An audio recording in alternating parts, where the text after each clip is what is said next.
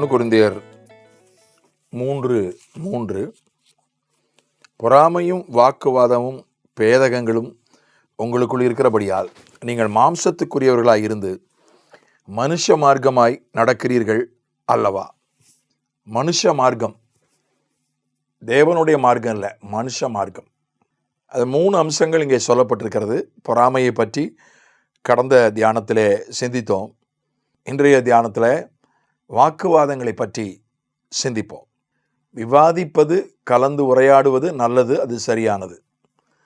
ஆனால் வாக்குவாதம் என்பது வாய் சண்டை அதான் வாக்குவாதம். கருத்துக்கள் மோதிக்கொள்வது வாக்குவாதம் அல்ல. வாய் சண்டை போடுது, ரொம்ப தனிப்பட்ட விதத்தில் ஒருத்தரை தாக்கி, தரந்தாழ்ந்து ஒருத்தரை தாக்கி வாய் சண்டை போடுவது தான். ஏன்னா சில மொழிபெயர்ப்புகளில் ஸ்ட்ரைஃப், குவாரலிங், ஸ்ட்ரைஃப்னா பகை, சண்டை, குவாரலிங்னா சண்டை. அப்படித்தான். இது விவாதம் அல்ல, ஒரு உரையாடல் அல்ல. உரையாடல் நல்லது. 2 மாற்று கருத்து உள்ளவர்கள் உரையாடுகிறார்கள். என் கருத்து தான் சரின்னு அவர் சொல்கிறாரு, அவர் கருத்து தான் சரின்றாரு, உங்கள் கருத்து தப்புன்றாரு, உங்கள் கருத்து தப்புன்றாரு. அது ஆரோக்கியமாய் அந்த உரையாடல் போனால் ஒன்றும் தப்பு கிடையாது. அதுக்கும் ஒரு எல்லை உண்டு, அதுக்கு அளவு உண்டு. இந்த வாக்குவாதம் அது ஒரு மனிதனுடைய மார்க்கம்தான். நமக்கு நன்றாக தெரிந்த வேத பகுதியில் அதை நம்ம பார்க்க முடியும். ஆதியாகமம் 26 அதிகாரம் 20-22 வசனங்கள். அங்கே ஈசாக்கை குறித்து நம்ம பார்க்கிறோம். கேரார் ஒரு மேய்ப்பர் இந்த தண்ணீர் தங்களுடையது என்று சொல்லி ஈசாக்குடைய மேய்ப்பருடனே வாக்குவாதம் பண்ணினார்கள். அவர்கள் தன்னோட வாக்குவாதம் பண்ணினபடியால் அந்த துறவுக்கு ஏசேக்கு என்று பெயரிட்டான். இப்போ திருப்பி வாக்குவாதம் பண்ண முடியும். ஈசாக்கு பஞ்சம் வருகிறது, ஈசாக்கு பெலிஸ்தருடைய நாட்டுக்கு போகிறான், கேராரூருக்கு போகிறான். கர்த்தர் தான் அவனை போக சொன்னார்.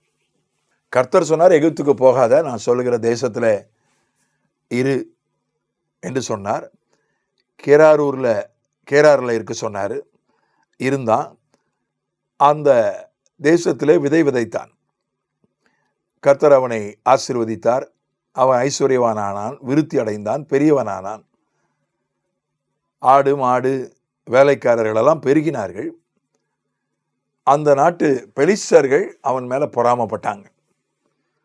அவனுடைய கிணற்றையெல்லாம் தூர்த்து போட்டார்கள். அந்த நாட்டு ராஜாவே கூப்பிட்டு சொல்லிட்டான், தயவுசெய்து நீங்கள் போயிருங்க, ஏன்னா நீங்கள் எங்களை விட பெரிய ஆள் ஆகிட்டீங்க, அதனால் நீங்கள் எங்கள் நாட்டை விட்டு போயிருங்க. அதனால் அவன் நாட்டை விட்டு வெளியே வந்துட்டான். கேராரை விட்டு வெளியே வந்துட்டான். வெளியே வந்து அவன் தன்னுடைய அப்பா தோண்டின கிணறுகள் அவைகளெல்லாம் தூர்த்து போடப்பட்டிருக்கின்றன. மறுபடியும் அதை புதுப்பிக்கிறான், மறுபடியும் தோண்டுகிறான். தோண்டுற வரைக்கும் சும்மா இருந்தாங்க. தோண்டுற அன்னைக்கே இல்லை, இது எங்களுக்கு சொந்தம், உங்களுக்கு சொந்தம் கிடையாது என்று பிரச்சனை பண்ணலை. தோண்டி முடித்த பிறகு வாக்குவாதம் பண்ணினார்கள். இப்போ ஈசாக்கு என்ன பண்ணியிருக்கலாம்? ஒன்று, அவங்கக்கிட்ட வாக்குவாதம் பண்ணியிருக்கலாம்.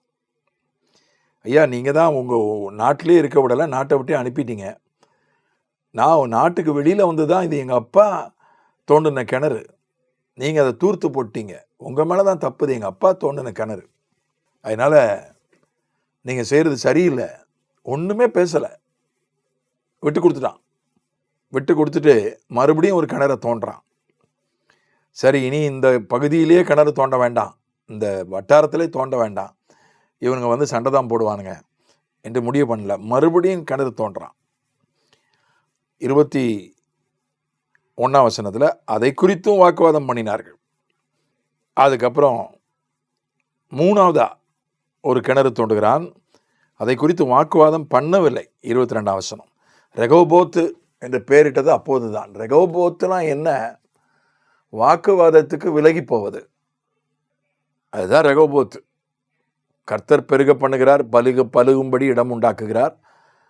எப்போது நம்மை பலுக பண்ணுகிறார், எப்போது வாக்குவாதங்களை விட்டு விலகுகிறோமோ வாக்குவாதத்தை எப்பொழுது தவிர்க்கிறோமோ, சர்ச்சைகளை எப்பொழுது தவிர்க்கிறோமோ, வாய் சண்டைகளை எப்பொழுது நம்ம பதில் பேசலைன்னா அவங்க செய்கிறது சரி மாதிரியும் நம்ம செய்கிறது தப்பு மாதிரியும் தெரியும். அதெல்லாம் பல பிரச்சனை அதில் இருக்குது.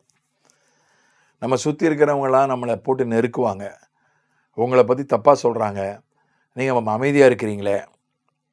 நம்மை சுற்றி இருக்கிறவங்க, நம்ம குடும்பத்தார், நம்ம நண்பர்கள், நலம் விரும்பிகள்லாம் நம்மை போட்டு நெருக்குவாங்க. நீங்கள் பதில் பேசுங்க. நான் அப்படிப்பட்டவன் இல்லை, நான் அப்படி செய்யலை, அது சொல்லலாம், அதில் தப்பு இல்லை. அந்த வார்த்தையை சொல்கிறதுல தப்பு இல்லை. ஆனால் வார்த்தைக்கு வார்த்தை பதில் பேசுறது, வாக்குவாதம் பண்ணுறது, அதை ஈசாக்கு செய்யலை. மனைவி பிள்ளைகளும் வந்து போட்டு அவனை நெருக்கலை. நீங்கள் என்ன இப்படி விட்டு கொடுக்குறீங்க? இப்போ இது 26ஆம் அதிகாரத்துக்கு முன்னாலேயே ஏசாவுடைய சொத்தை யாக்கோபு கேட்டு வாங்கிட்டான், சேஷ்டபுத்திர பாகத்தை. அவ்வளோ பெரிய பிள்ளைகளாக இருக்காங்க, அவங்களும் வந்து ப்ரெஷர் கொடுக்கல. என்ன ஒருவேளை கொடுத்தாங்களோ என்னவோ தெரியல, கொடுத்ததாக பதிவு இல்லை வேதத்தில். கொடுத்துருந்தா கூட கர்த்தர் பார்த்து பாருப்பா, போகட்டும்பா, கர்த்தர் பார்த்து பாருன்னு சொல்லியிருப்பான். மனைவி கூட சொன்னதாக வேதத்தில் பதிவு இல்லை.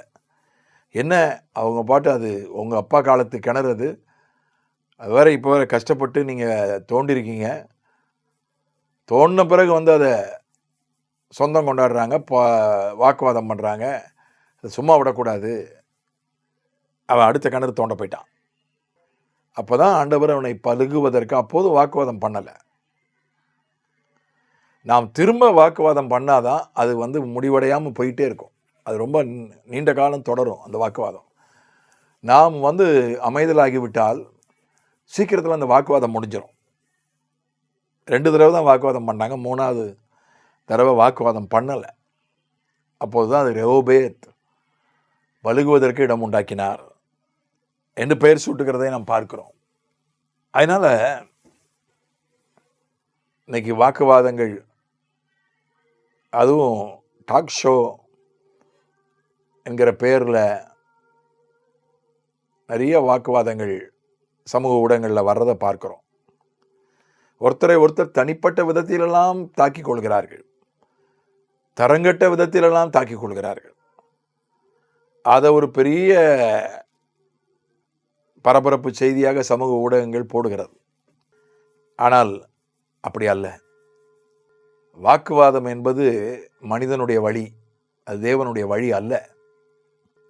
வாக்குவாதம் பண்ணின பர்னபா அவ்வளோ பெரிய மனிதன். பவுலுக்கும் பர்னபாவுக்கும் வாக்குவாதம் வந்துச்சு. பவுல் அவனுடைய ஊழியம் அதுக்கப்புறம் தொடர்ந்தது, அதுக்கப்புறம் பழுகியது, பெருகியது. பர்னபா மிகப்பெரிய ஒரு ஆவிக்குரிய தகப்பன். பர்னபா இல்லைன்னா பவுல் இல்லை. பவுலுக்கு அங்கீகாரம் வாங்கி கொடுத்தவன், பவுலுக்கு ஊழிய வாய்ப்பு கொடுத்தவன். அப்படிப்பட்ட பர்னபா வாக்குவாதம் பண்ணினதினால பவுல் அதை உணர்ந்து அதுக்கப்புறம் வாக்குவாதம் பண்ணுறதை விட்டுட்டான். ஆனால் பர்னபா அதை உணரலை, அதை விடவும் இல்லை. அதுக்கப்புறம் பர்னபா என்ன ஆனானே சீனில் இல்லை. பர்னபா இருக்கிற இடம் தெரியாமல் போயிட்டான், என்ன ஆனானே தெரில. எபிரேயர் நிருபத்தை அவன் எழுதியிருக்கலாம் என்ற ஒரு கருத்து உள்ளது, ஆனால் அதற்கான எந்த ஆதாரமும் இல்லை. அவனுடைய யாரினால் வாக்குவாதம் வந்தது அந்த மார்க்கு அவன் ஊழியம் தொடர்ந்தது, பெருகியது, பழுகியது. மார்க்கு சுவிசேஷத்தை எழுதினான். அந்த மார்க்கு பேதுருவினுடைய ஆவிக்குரிய குமாரனாய் விளங்கினான். பவுலுக்கும் பிரயோஜனமுள்ளவனாய் விளங்கி பவுலோடும் பின்னால் இணைந்து கொண்டு ஊழியம் செய்தான். மார்க்கு ஊழியம் தொடர்ந்தது, வளர்ந்தது. பர்னபா என்ன ஆனான்னு தெரியல. அவன் இந்த வாக்குவாதத்திலே நின்றுட்டான், வாய் சண்டையிலே அப்படியே நின்று அங்கே தேங்கிட்டான், அங்கே முடங்கிட்டான். ஆகவே பர்னபாவை கவிழ்த்து போட்டதும் இந்த வாக்குவாதம் தான். ஈசாக்கை உயர்த்தியதும் இந்த வாக்குவாதத்தை விட்டு விலகி ஓடின அவனுடைய தன்மைதான். ஆகவே பர்னபாவை போல நாம் தவறிவிடாதபடி ஈசாக்கை போல மேற்கொள்வதற்கு ஆண்டவர் நமக்கு உதவி செய்வாராக. ஆமென்.